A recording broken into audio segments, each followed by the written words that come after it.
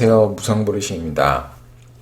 오늘 그 변동성이 좀 컸죠. 지수 변동성이 오늘 좀 컸습니다. 코스닥은 그래도 뭐 상승 마감했는데 음봉으로 마감을 했고, 코스피는 기분 나쁜 음봉이 이렇게 섰어요. 예, 오전 뭐 오후에 막 그 올랐다 내렸다 뭐 난리도 아니더라고요. 그래서 도대체 또 무슨 짓을 하는 건가? 이놈의 외인이 오늘 외인이 엄청 팔았거든요. 코스피는 뭐 한 2조 4천억 상당히 많이 팔았죠. 예. 외인이 계속 파니까 지수가 힘을 못 쓰고 막판에 쭉 빠졌어요. 던졌는지. 코스닥도 팔았고, 이렇게 코스닥 지수도 보면 외인의 어떤 매수 매도 형태에 따라서 지수가 이렇게 같이 연동이 돼서 움직입니다. 우리나라는 참 신기한 모습이에요. 볼 때마다 신기합니다. 가지고 논다 이런 표현을 할 정도로 아주 우습습니다. 하지만 그 이제 왜 팔았냐 그랬더니 이제 몰랐는데 여기저기 물어보니까 뭐 MSCI 지수 그 뭐 변동이 있었나 봐요. 그래서 그 매도가 됐다. 근데 지금 그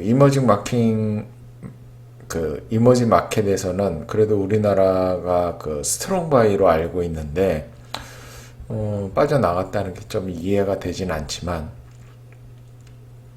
뭐 어쩔 수 없죠. 예. 그렇지만 빠져나갔으면 뭐 다시 들어올 겁니다. 예, 이거는 일시적인 자금 흐름이라고 볼 수 있으니까 그렇게 보시면 되고, 많이 올랐었는데 그 뭐냐, 지금 미국장도 계속 그 상승하는 추세인데 오늘 선물 한번 볼까요? 선물을 보면 약간 뭐 조정 중이네요. 예, 선물은 약간 조정 중인데 뭐 큰 뭐 의미 있는 수치는 아니라서, 예, 시장 열리고 봐야 알겠습니다. 오늘 그 마지막 날이었죠. 오늘이, 예, 월말 마지막 날이어서 그 어디 갔냐 없죠. 예, 오늘 마지막 날입니다. 그래서 월봉을 양봉을 이렇게 쭉 그 뽑아줬는데 전고점을 돌파했었는데 오늘 떨어지는 바람에 월봉상 전고점을 돌파는 못했어요. 그쵸? 예, 윗골을 남겨놓고 마감을 했습니다. 조금 아쉽죠. 예, 조금 아쉽고 14.3% 정도 올랐습니다. 그래서 이제 내일 12월 달 장이 열리는데 내일 흐름이 상당히 중요하겠죠. 예, 월초 흐름이 상당히 중요하다. 예, 월초에부터 이제 자금이 들어오면서 일봉을 양봉으로 만들어 나가면 12월 달에 산타 랠리가 오지 않나, 그런 생각을 좀 한번 해보고 있고요. 코스닥 같은 경우에는 뭐 거의 안 밀렸어요. 12.47%고 11.79%니까 종가가 거의 밀리지 않았습니다. 그래서 전고점을 얼마 두고 있지 않다. 그래서 얘도 코스닥도 마찬가지로 내일하고 내일 모레 일봉 어떻게 끝나느냐가 중요하다. 양봉으로 마감되면 12월 달에는 산타 랠리가 오는 것으로 좀 기대해 볼 수가 있고,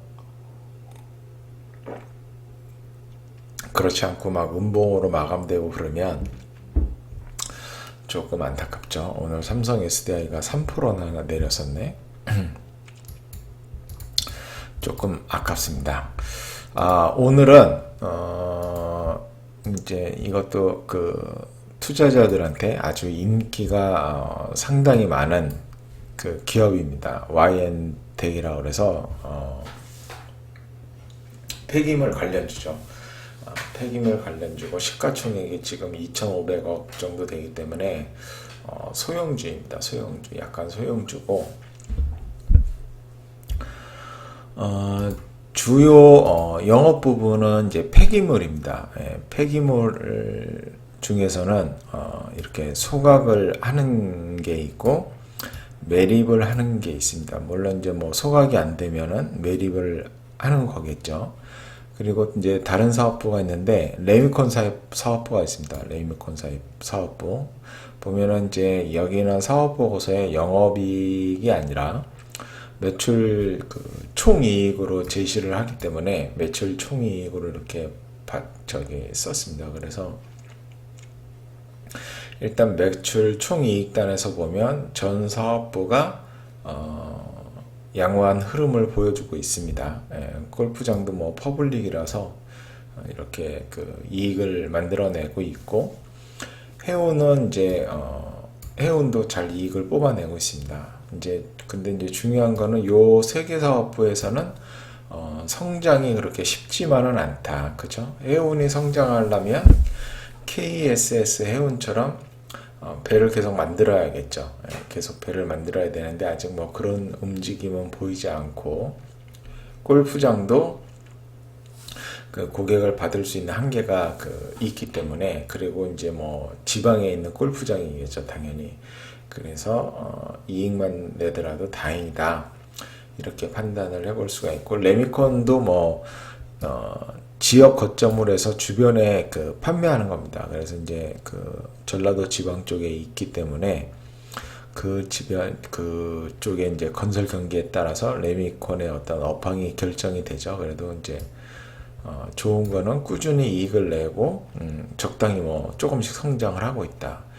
그래서 이제 이러한 나머지 사업부들은 그냥 꾸준하다, 이렇게 보면 될 것 같고, 여기서 어떤 큰 성장이 나올 것이라고 예상하기에는 어려우니까. 그래서 이제 매출 총이익의 거의 한 70%를 폐기물 사업부에서 만들어내기 때문에 이쪽 사업부를 잘 봐야 되죠. 매출액도 꾸준히 증가하고 있고, 매출 총이익도 그에 따라 꾸준히 증가하고 있습니다. 그래서 이제 요거를 나눠보면은 이제 소각으로는 올해 누적 3분기 동안 112억 매출액을 만들어냈고, 처리한 톤은 약 42,900톤 정도 됩니다. 그리고 이제 최종 처리의 매립은 약 176억 정도 되고 11만 5천 톤 정도 됩니다. 보면 매립 단가는 작년 대비 좀 상승한 것으로 이렇게 보입니다. 그쵸? 보면 최종 처리 보면은 여기서도 이게 판가인데 상승한 걸로 나와 있죠. 왜냐면은 처리량은 줄었는데 매출액은 더 늘었기 때문에 당연히 단가가 상승됐을 거라고 판단을 해볼 수가 있고, 중간 처리 같은 경우에는 단가 상승이 있지는 않은 듯 보입니다. 그쵸? 그렇게 돼 있고, 그래서 이제 이쪽 사업부가 신규 진입도 쉽지 않고 증설도 쉽지 않은데, 최근에 공시가 하나 나왔습니다. 200억 투자 공시가 나왔는데 소각로를 증설하는 거고, 하루 약 141톤 정도 증가하는 것입니다. 그래서 2021년에 완공이 되고, 이제 2022년부터 가동이 되겠죠. 가동이 되는데, 기존 캐파는 이 고원 소각 시설 연 22,900톤 정도가 이제 기존 캐파고, 일반 소각이 약 31,823톤이 있었습니다. 그래서 이번 투자 공시로 이 일반 소각에서는 이제 별로 증가하지 않고, 처리량은 일반 소각이 연 48,000톤이 증가했습니다. 그래서 기존 캐파가 총 단순 더하면은 54,800톤에서 95,605톤으로 처리 능력이 약 74% 정도 증가를 합니다. 그래서 이제 제가 YM텍에 대해서는 깊이 이해를 하고 있지는 않아서 이 매출액이 얼마 정도 늘어날까, 이런 거에 대한 감은 별로 없는데, 여러 블로그를 읽어보니까 매출액이 한 200억 이상 증가할 것이고, 영업이익도 100억 이상 증가할 것으로 예측을 하더라고요. 그래서 이제 상당히 성장할 수 있는 발판을 마련했다. 예, 그리고 이제 이쪽이 전라도 쪽에 그 위치하고 있는데 공장이 그쪽에 뭐 그 산단이 많이 있죠. 예, 산단이 많이 있어서 뭐 그 이 소각이라든가 이런 거 처리량을 구하지 못할까봐 걱정할 필요는 없습니다. 예, 전혀 없고 이게 이제 또 상당히 좋은 비즈니스가 뭐냐면 현행 폐기물 관리법에서는 배출자가 폐기물 수지 운반자, 처리자의 능력을 확인하고 폐기물을 위탁하도록 명시되어 있습니다. 이게 무슨 말이냐면 그 화학 그 회사에서 폐기물을 버릴 때 이제 Y엔텍 같은 데다가 이제 책임을 넘기는 거죠. 야, 이거 폐기물 해줘, 소각해줘, 매립해줘 이렇게 하는 거죠.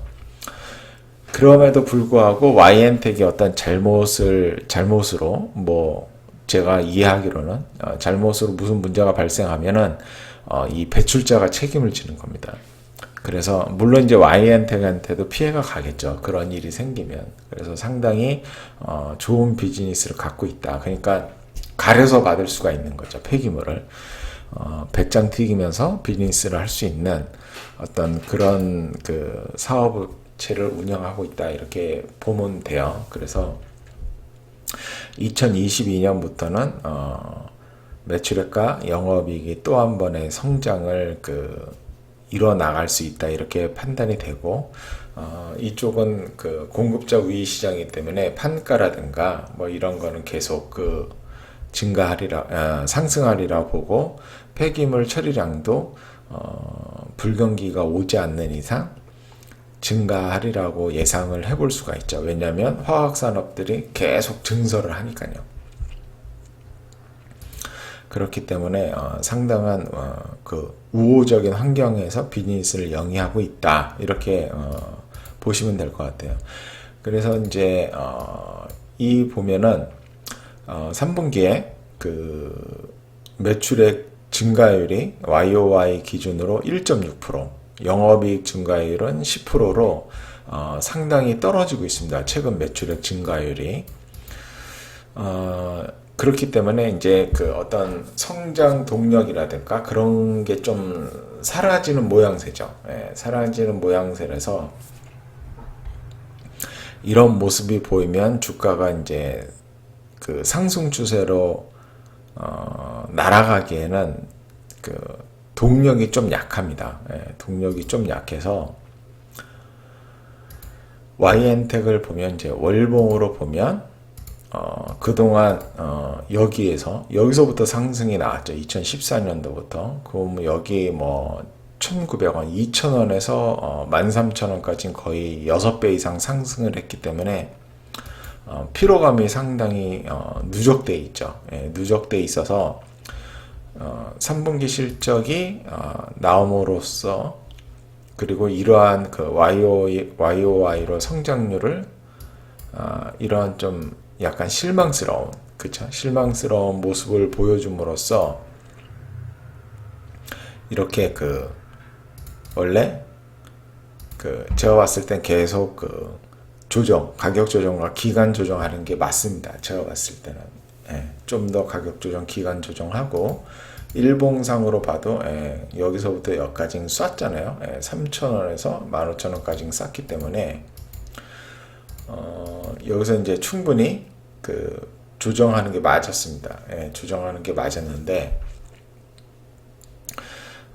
갑자기 이 공시가 나오면서 거래량이 실리면서 장대 양봉을 그렸습니다. 다시 상승 추세를 그려 나가는 거죠.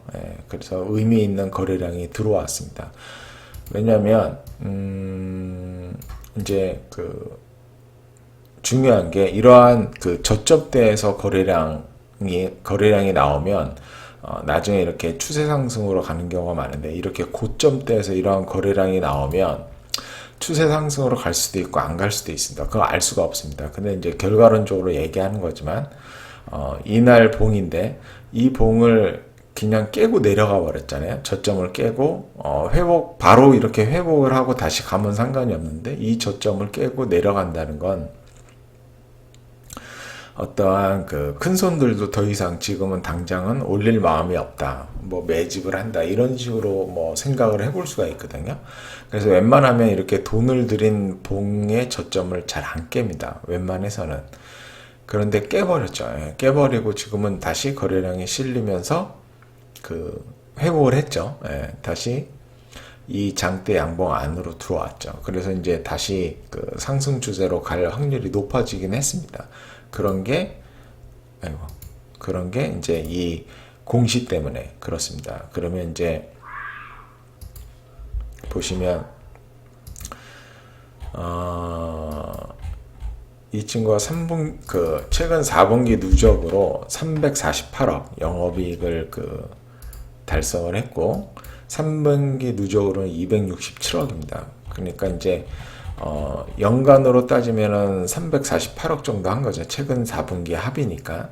근데 앞으로 영업이익이 최소 뭐 한 100억 정도 여기에 붙을 수가 있는 거죠. 그러면은 거의 뭐 440억 거기에 이제 판가랑 처리 물량이 조금 증가한다 그러면 거의 뭐 440억에서 뭐 한 500억까지 이렇게 만들 수 있는 그런 어떤 사업 환경이 되는 거죠. 근데 현재 시가총액이 2,500억이니까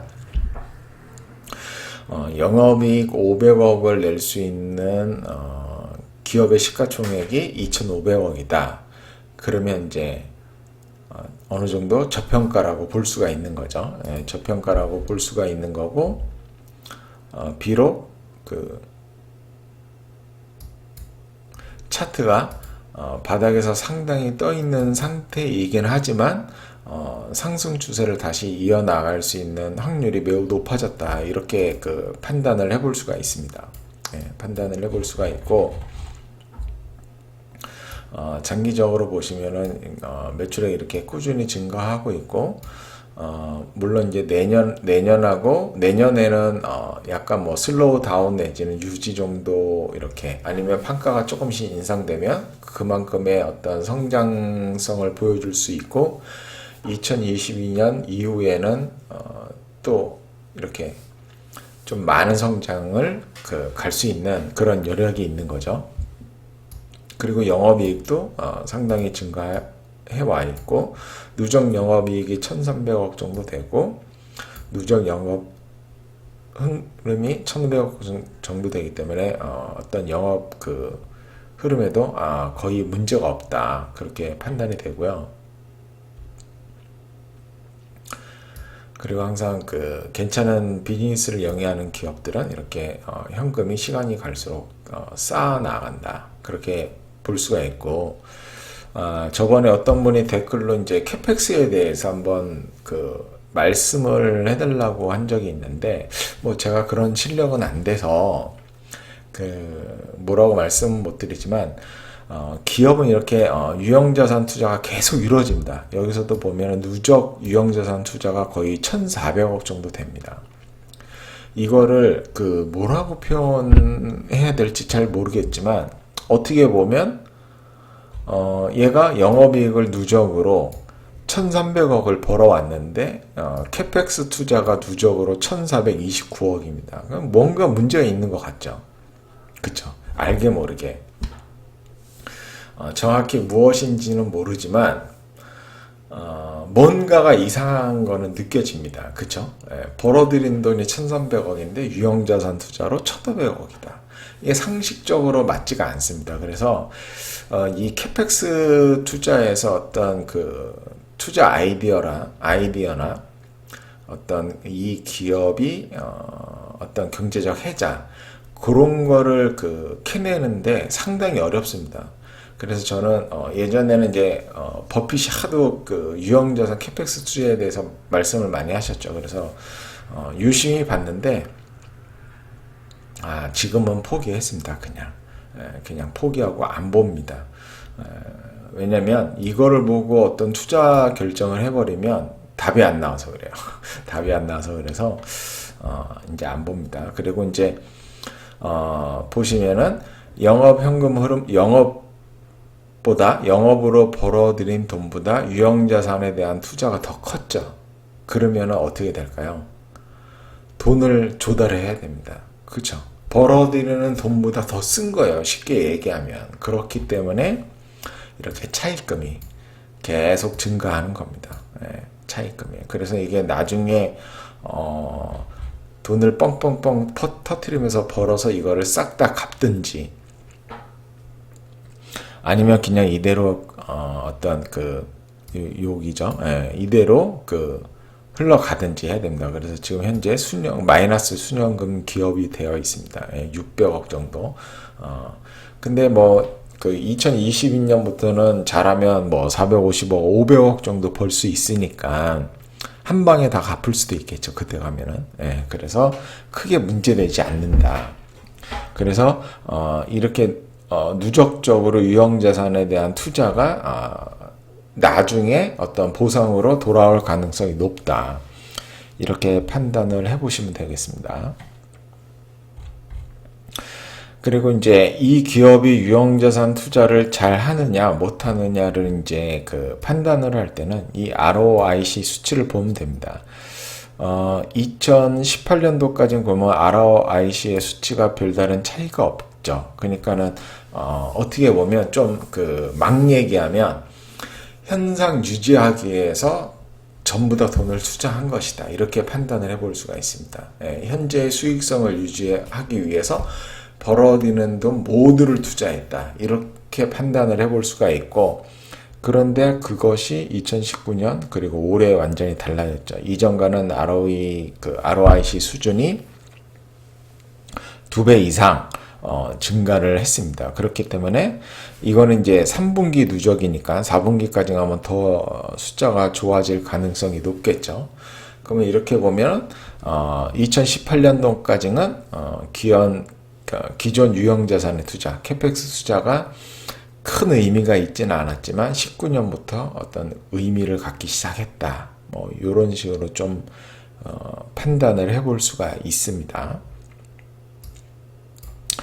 그래서 지금 이제 저평가냐 아니냐 이거를 한번 따져볼 필요가 있겠죠. 왜냐하면 이 차트가 이 바닥에 있다 그러면 저평가 수치가 약간 높다 하더라도 앞으로 성장이 기대되는 그 기업이기 때문에 뭐 사는데 그 무리가 없겠죠. 투자하는데. 그렇지만 이제 차트가 바닥에서 상당히 떠 있는 상태이기 때문에 내가 추세 매매를 하는 것이 아니라면 지금 수치가 저평가인가 아닌가 이런 거를 좀 따져볼 필요는 있습니다. 그래서 현재 제가 중요시 여기는 숫자가 이제 POR인데 POR을 보면은 과거 하단의 POR 같은 경우에는 평균이 약 5배 정도 됩니다. 예, 근데 지금 약 7.2배니까 약간 바닥에서 떠 있는 상태다. 그런 거를 조금 감안할 필요가 있고, 이 POR 수치가 왜 두 개나 있지? 이거 POR은 작년 거를 기준으로 한 거군요. 이게 요거로 하지 말고 요 숫자로 바꾸는 게 좋겠습니다. 네, 요 숫자로 바꾸는 게 ROIC.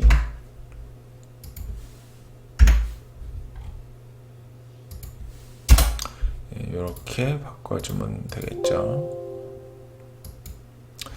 자, 그리고 POR 값이 그러니까 영업이익 배수가 약 7.2배 정도 되고 현재 PBR 값이 1.6배 정도 됩니다. 그러면은 PBR하고 ROE하고 비교해 보면 내가 할인율을 10% 정도로 쓴다 그러면 지금 현재 적정 가격에서 거래되고 있다. 이렇게 판단을 내려볼 수가 있고, ROE 값으로 보면은 이제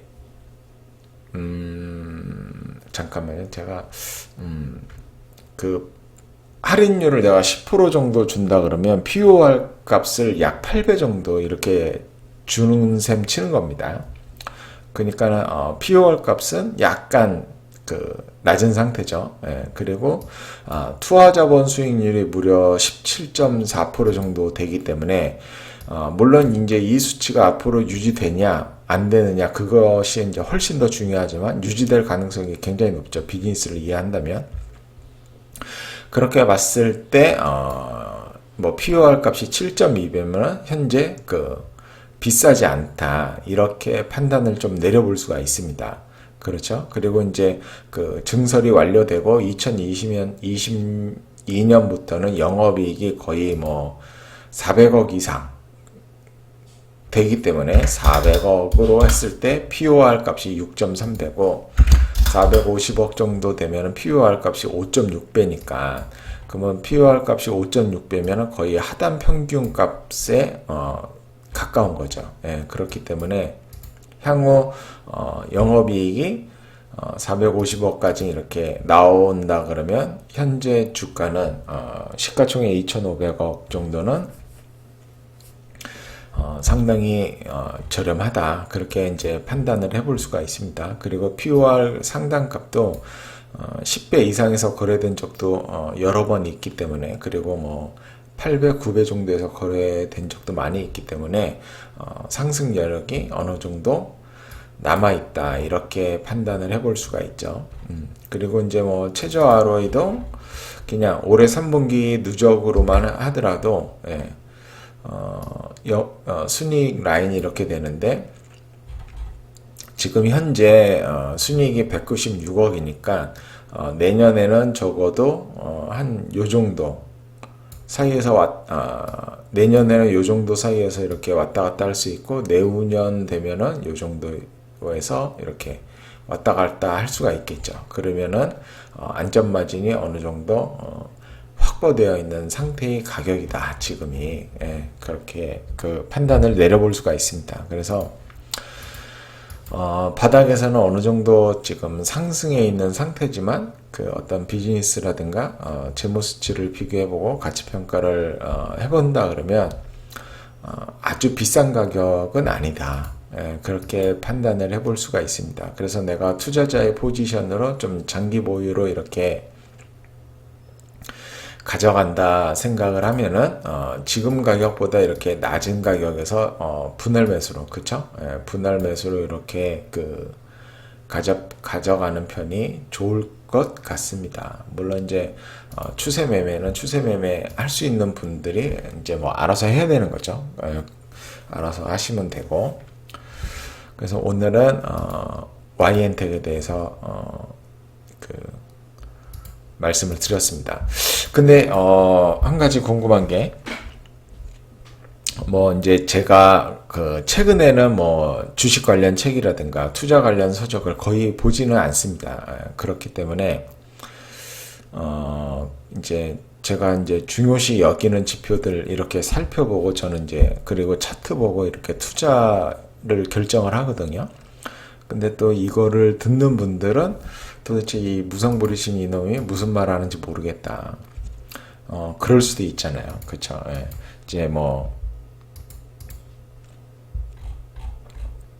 그런 것 같아요. 예. 뭐, POR 값, 다른 사람들은 죄다 PER 쓰는데, 무성부리심은 POR 값 쓰고, 뭐, ROIC랑 비교해서 이 정도 뭐 비싸지 않다는 등 뭐 이런 얘기를 하죠. 그리고 PBR 1.6배하고 ROE 이렇게 비교했을 때는, 적정가 수준에서 거래되고 있다. 이런 소리 하고, 이런 게 좀 어려울 수도 있겠죠. 예, 이쪽에 대한 기초 지식이 있지 않다 그러면 좀 어려울 수도 있을 겁니다. 그런 분들이라 그러면,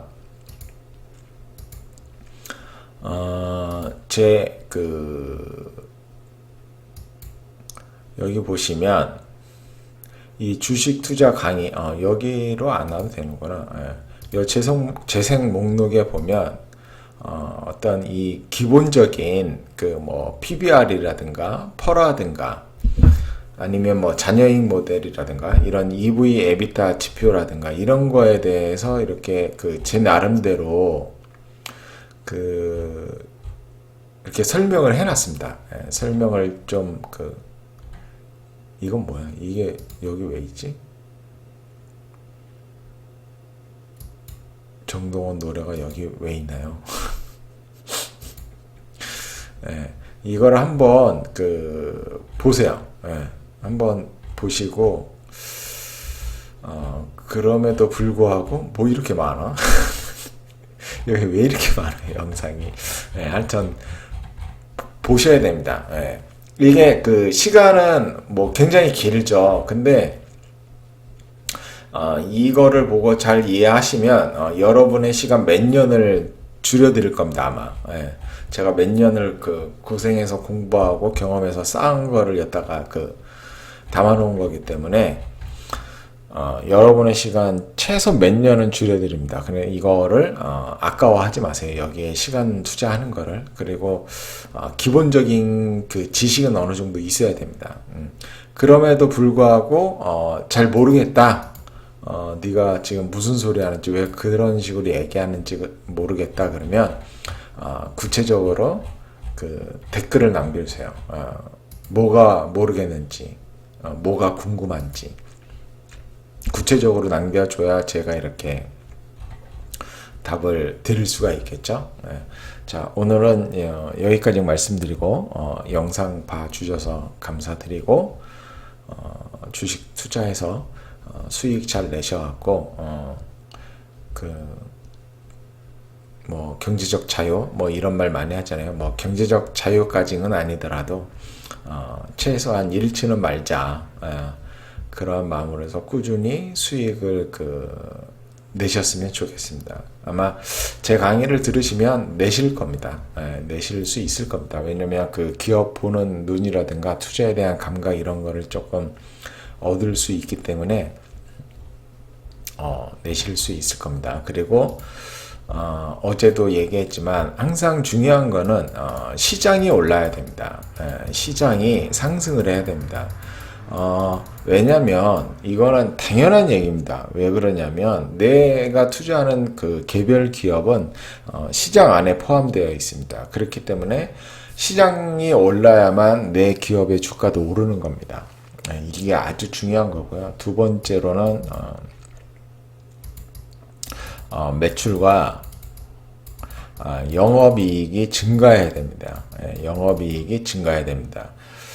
물론 이게 아니더라도 주가는 얼마든지 상승을 합니다. 다른 이유로. 근데 우리가 그러한 것까지 다 체크하면서 투자를 할 수가 없습니다. 왜냐면 능력이 안 돼요. 이 두 가지 지표만 보더라도 봐야 될 기업이 어마어마하게 많습니다. 요즘 저의 가장 큰 문제는 올라갈 종목들이 너무 많이 보이니까 자꾸 사게 됩니다. 이것저것. 그래서 계좌가 개판이 돼요. 집중 투자는 아니더라도 10종목 이내로 맞춰야 되는데 다 올라갈 것 같은 느낌이 드니까 막 사는 거죠. 사는 거죠. 그래서 이 두 가지 요소만 보더라도 투자할 기업이 거의 무한대로 나옵니다. 그렇기 때문에 다른 거는 보지 마세요. 무조건 매출과 영업이익이 증가를 해야 됩니다. 증가할 것 같은 기업도 웬만하면 제외합니다. 저는. 왜냐면 증가한 기업도 많기 때문에 그래요. 그러니까 이제 뭐냐면 증가할 기업을 찾아서 투자하려 그러면 투자가 굉장히 난이도가 높습니다. 증가할지 안 할지 우리가 어떻게 알아요? 그 기업의 대표이사도 모르는 걸. 그거를 우리가 안다고? 물론 이제 섹터나 기업에 대해서 이해를 깊이 하면 알 수 있죠. 알 수 있는데 그거는 그 정도 할 실력자면 뭐 제 영상을 볼 일도 없으니까. 그래서 여러분들은 저를 포함해서 여러분들은 매출액과 영업이익이 증가한 기업을 대상으로 투자를 합니다. 왜 증가했는지, 이유죠. 왜 증가했는지, 그리고 지속성이 있는지, 그쵸? 이거를 판단을 하는 겁니다. 이게 아주 중요합니다. 이거는 그냥 분기 보고서만 보면 다 알잖아요. 공부를 이거를 합니다. 그리고 이제 네 번째, 저평가면 좋다. 저평가. 1, 2, 3, 4가 다 만족을 하면은 좋다. 근데 이제 나중 되시면 굳이 저평가가 아니라도 저처럼 고평가를 하더라도 살 수 있죠. 뭐 LG와 뭐 삼성 SDI, 뭐 풍력 관련주, 태양광 관련주 이런 것들은 저평가가 아니죠. 그럼에도 불구하고 이제 저는 투자를 하니까. 근데 이제 여러분들은 저평가를 저평가까지 만족하는 거를 대상으로 합니다. 그러면 이렇게 하면은 종목이 줄어요. 이게 축복입니다. 종목이 준다는 거는 축복이에요. 축복. 공부할 게 확 줄어드는 거예요. 근데 종목이 줄어든다고 얘기했지만 많습니다. 그럼에도 불구하고 종목이 많습니다. 그러니까 최대한 종목을 줄여 나가셔야 돼요. 막 여기저기 기웃거릴 필요가 전혀 없습니다. 내가 잘 알고 있는 종목, 확실한 종목에 투자하는 게 수익 낼 수 있는 확률이 높습니다. 그게 잘 모르는 종목에 투자하는 것보다. 그래서 이거를 항상 유념하셔야 됩니다. 주가가 상승하려면 무조건 시장이 상승해야 됩니다. 하락장에서는 이런 종목에 투자해도 주가가 떨어질 확률이 매우 높습니다. 하락장에서는. 그렇기 때문에 1, 2, 3, 4번 이건 항상 명심한 상태에서 기업 분석이 들어가야 됩니다. 아시겠죠? 감사합니다.